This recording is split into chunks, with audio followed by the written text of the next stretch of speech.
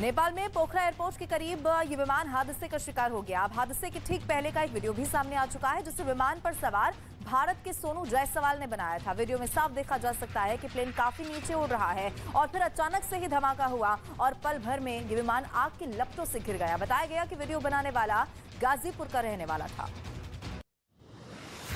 नेपाल के पोखरा में रविवार को हुए विमान हादसे में अब तक 68 लोगों के शव निकाले जा चुके हैं, जबकि 4 लोग अब भी मिसिंग हैं। इन लापता लोगों की तलाश भी लगातार जारी है। रात में रेस्क्यू और सर्च ऑपरेशन रोक दिया गया। अब फिर से राहत और बचाव का काम शुरू कर दिया गया है। रविवार को पोखरा इंटरनेशनल एयरपोर्ट पर लैंडिंग के ठीक पहले दुर्घटनाग्रस्त हुए विमान में 68 पैसेंजर और 4 चालक दल समेत कुल 72 लोग सवार थे।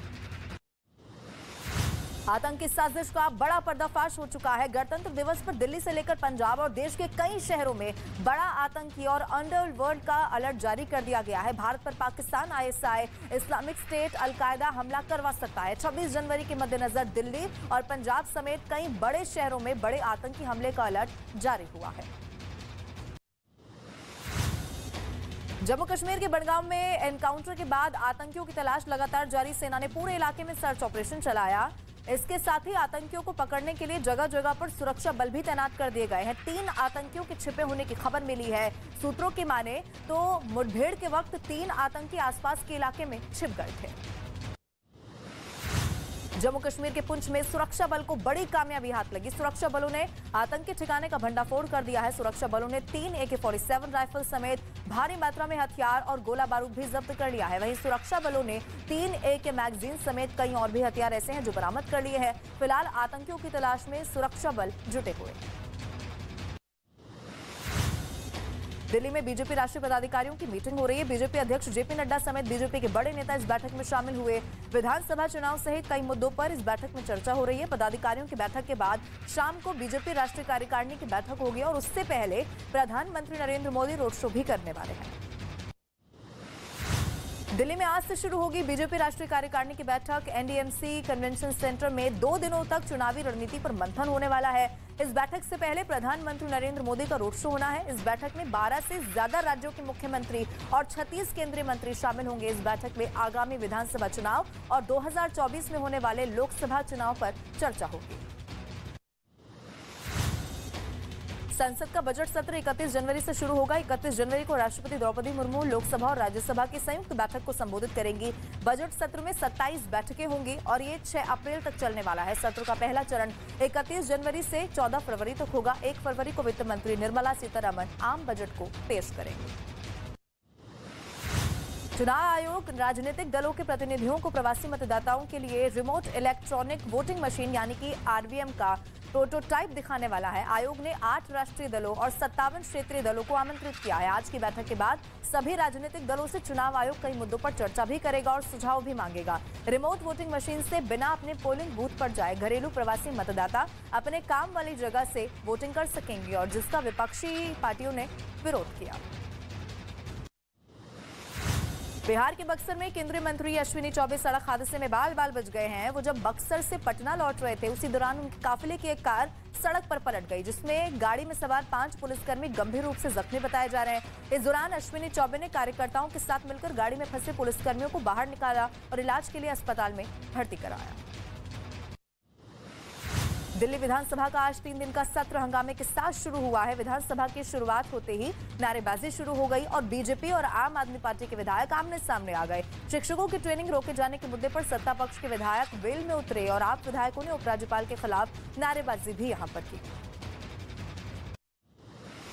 उत्तर भारत में कड़ाके की ठंड पड़ रही है। राजस्थान के कई शहरों में जहां पारा माइनस में पहुंच गया है, तो वहीं हरियाणा, पंजाब में भी ठंड से लोगों का हाल अब बुरी तरीके से प्रभावित हो चुका है। अब दिल्ली NCR में शीतलहर चलने और न्यूनतम तापमान में गिरावट की आशंका मौसम विभाग ने जता दी है। मौसम विभाग की माने तो दिल्ली NCR में 16 जनवरी और 18 जनवरी के बीच शीतलहर चलने वाली है।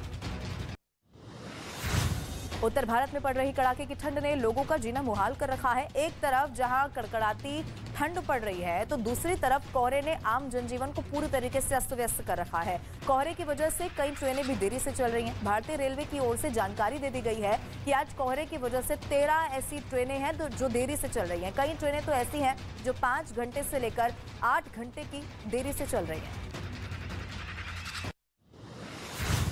जम्मू कश्मीर की आपदा प्रबंधन प्राधिकरण ने कश्मीर में भारी बर्फबारी का अलर्ट जारी कर दिया है। एसडीएमए ने अगले 24 घंटे में अनंतनाग, बांदीपोरा और साथ ही कलगाम और राजौरी समेत 11 जिलों में भारी बर्फबारी की संभावना जाहिर की है। एसडीएमए के मुताबिक कश्मीर के बांदीपोरा, बारामूला, डोडा, गांदरबल, किश्तवाड़, पुंछ, रामबन और रियासी में 2000 मीटर से ऊपर के इलाकों में बर्फबारी की संभावना जताई गई है।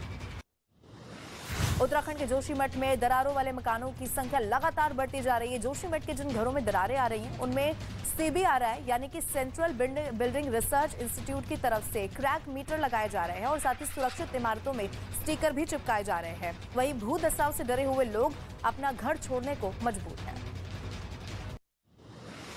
उत्तराखंड में भूधसाव से प्रभावित जोशीमठ मामले की सुप्रीम कोर्ट में आज होगी सुनवाई। सुप्रीम कोर्ट के मुख्य न्यायाधीश जस्टिस GY चंद्रचूड़ की 3 जजों की बेंच इस पर सुनवाई करेगी। उत्तराखंड के जोशीमठ में भूधसाव मामले को लेकर सुप्रीम कोर्ट में शंकराचार्य अभिमुक्तेश्वरानंद सरस्वती ने जनहित याचिका दाखिल की है और जिस पर सुनवाई होनी है। उत्तर प्रदेश के मुजफ्फरनगर में लकड़ी के गोदाम में आग लग गई। आग के बाद इलाके में अफरा तफरी मच गई। घंटों की मशक्कत के बाद दमकल कर्मियों ने आग पर काबू पा लिया। लाखों का सामान यहां पर जलकर राख हो गया, लेकिन राहत की बात यह रही कि कोई भी जनहानि यहां पर नहीं हुई। भीषण आग की वजह से आसपास बने मकानों जो लोग थे वो भी अपने घरों से बाहर निकल आए। कोरोना पर WHO ने चीन को कड़ी फटकार लगा दी है और चीन को देश में हो रही कोरोना से मौत के आंकड़े सार्वजनिक करने के लिए कह दिया है। दावा यह है कि चीन में 35 दिनों में 60,000 मौत और 64% आबादी संक्रमित हो चुकी है। ये वो आंकड़े हैं जो अस्पताल की तरफ से जारी किए गए हैं। अगर जिन लोगों ने इलाज के अभाव में दम तोड़ दिया उन्हें भी जोड़ दिया जाए तो यह आंकड़ा और भी ज्यादा भयावह हो जाएगा। ईरान को रूस से उसके घातक सुखोई 35 लड़ाकू विमान मार्च तक मिल जाएंगे। वहीं इस खबर के सामने आने के बाद इजराइल और उसका दोस्त अमेरिका टेंशन में आ चुके हैं, क्योंकि पश्चिमी मीडिया की एक रिपोर्ट में इस बात का दावा किया गया है कि शाहिद ड्रोन के बदले ईरान को जल्द ही रूस से सुखोई 35 फाइटर जेट मिल सकता है, जिससे ईरान के दुश्मन इजराइल की मुश्किलें बढ़ सकती हैं। लंदन में चर्च के पास फायरिंग हुई है। फायरिंग में 2 बच्चों समेत 6 लोग जख्मी बताए जा रहे हैं, जिन्हें अस्पताल में भर्ती कराया गया। बताया गया कि उत्तरी लंदन में ह्यूस्टन स्टेशन से कुछ ही दूरी पर गोलीबारी हुई है। वहीं वारदात के बाद आरोपी मौके से फरार हो गए। लंदन पुलिस की माने तो गोलीबारी की घटना एक चर्च के पास हुई, जहां एक अंतिम संस्कार हो रहा था।